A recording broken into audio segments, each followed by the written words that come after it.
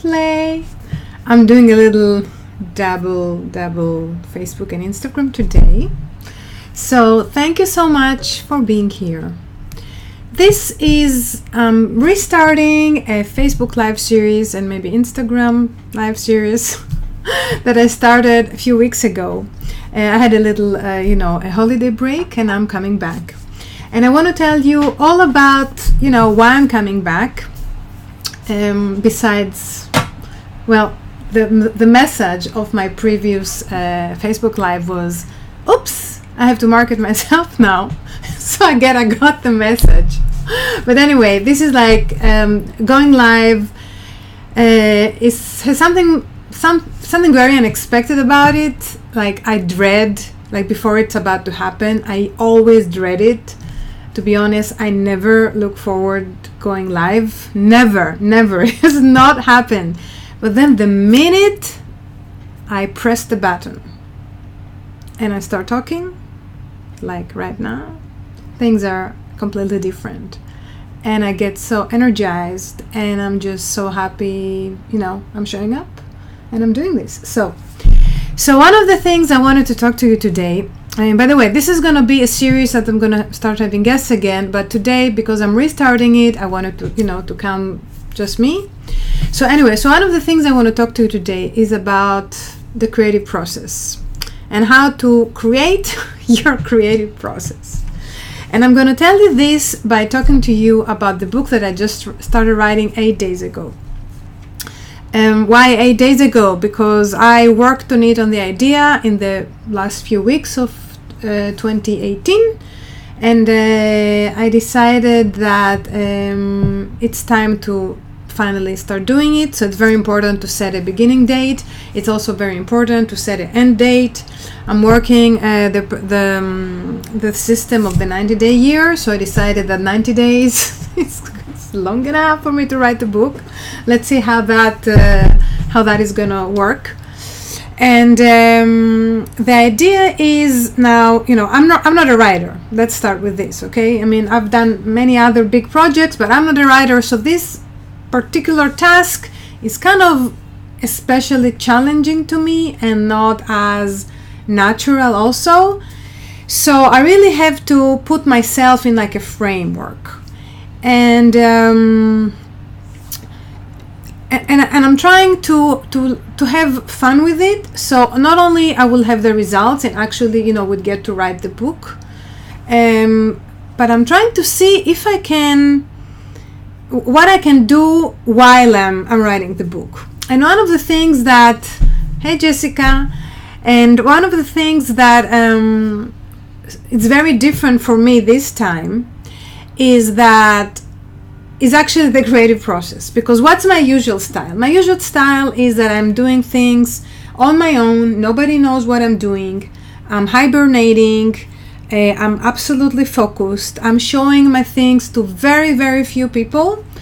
And well, that's at least, what I've been doing till now. And not just with my writing, but also especially with my visual work. That's my type. Like, I don't need, like if I was ever to do something, like let's say another tarot deck or something, I don't think I would post every card and see what everybody has to say about it.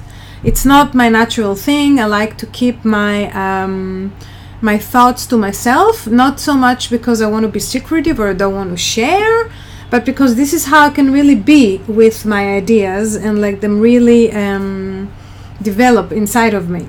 I don't need the sharing to do that.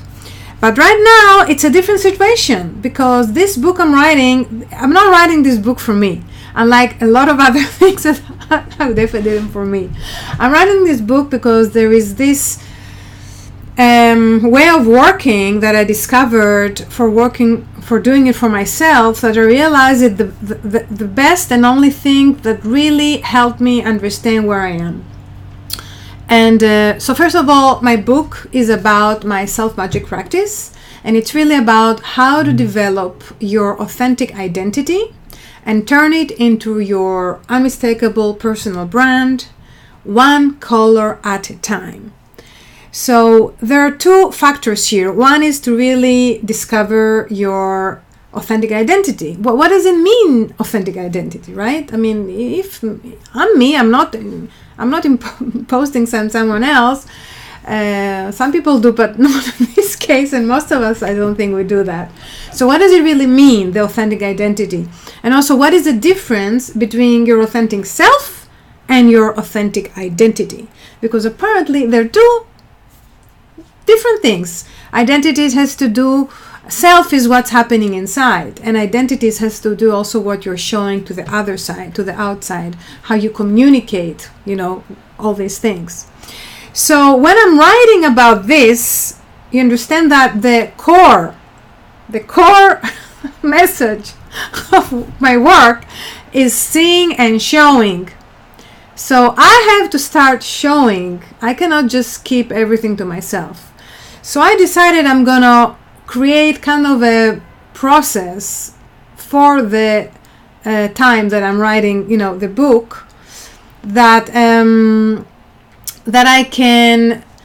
I can share in a way that feels natural, in a way that doesn't interfere with my inner creative process, and also in a way that I will actually be marketing myself, because there's no point in this time and era of doing anything for the market if you're also not marketing yourself. And believe me, I learned that firsthand, because the last thing I'm interested in is marketing myself. It's just, I'm a creator, that's what I want to do. But apparently, today you have to do that. So you also have to really treat your marketing as another whole set of creative process, and really put different kind of thought and energy into that thing. Okay. So this is what I'm doing. So for example, I decided that every Tuesday at this time I'm going to come live. Sometimes I'm going to have guests. Today I wanted to come alone. So that's part of it. I have a regime. It's now in my calendar. Every Tuesday, time for me now is 7:30. I'm going to come up, between, 15, 20 minutes, half an hour. If I have a guest, a little more, that's what it's going to be. Then I decided that I write every day. Even if it's, for example, today I didn't get to write. I had, I was busy in the morning, and then some things happened, and then more things happened, so I just didn't get to write. So I will try to write tonight. I will, even if it's a small paragraph. It's okay if it's not going to be the 1,000 words. It's not going to be 700 or 500, but I will write at least one paragraph, before I go to bed, because the momentum here is very important. To have work back to back. And again, remember, writing is not my ideal creative outlet. It's just not. I like to do visual things. I like my mind to be completely free when I create, not around. This doesn't need to be around where I create. And writing, it doesn't work like that. You have to bring it. That's what you do it with, right? So that's that. Then I decided I'm gonna pick a tarot card every day. Not so much for the daily guidance, but to help me think about something specific that I want to do in my writing, something I want to make sure I bring up. So let me just pick a card for today. I'm picking now today's card. Okay, let's see what will happen. Okay, so this is what I got today. I don't know if you see it well. It's the King of Swords. So he's a little, he's a smart guy, because swords is air. He's kind of brainy. So I will have to, I'll have to use him. And he can be also a little manipulative. So I will try to see how that can help me in writing my one paragraph today. Okay. And then yesterday, actually, I got some amazing advice from a friend, an old friend. Her name is Cynthia Hans. That she says, why don't you share, after you write everything you wrote for the day, pick one sentence, only one sentence, and post it. So, you share that way. You share a glimpse of what you do without sharing everything that you do, right? And it's also easy, especially on Facebook. I can even do that with those one color backgrounds. I don't know. I actually think it's a great idea. Just because today I had a different start and I didn't get right yet, it may not happen. But, that's the point. So anyway, so the thing about creating your creative process, okay, when you are diving into a project, don't just think about the work you have to do with the project or how you're going to approach this project. Think also about designing your creative process. Okay, so it's different than designing the book. I have a creative process about the book. I have an outline. I'm working on Scrivener. It's writing books, writing a lot of text software. Amazing. It's from a website called Lattes in Literature, something like that. If you are writing anything and you don't know that program, you should totally check it out and get it. It's also quite affordable.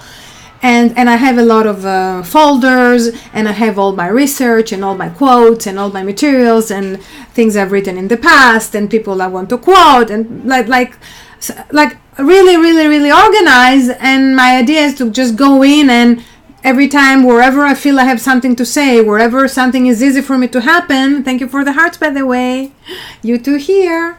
So every time I know, what to fill in, then I'm filling it in. So I'm not writing from the beginning to the end. I start at kind of the beginning and I'm in the middle and I'll go back up and then I go down. That's how I'm going to do it.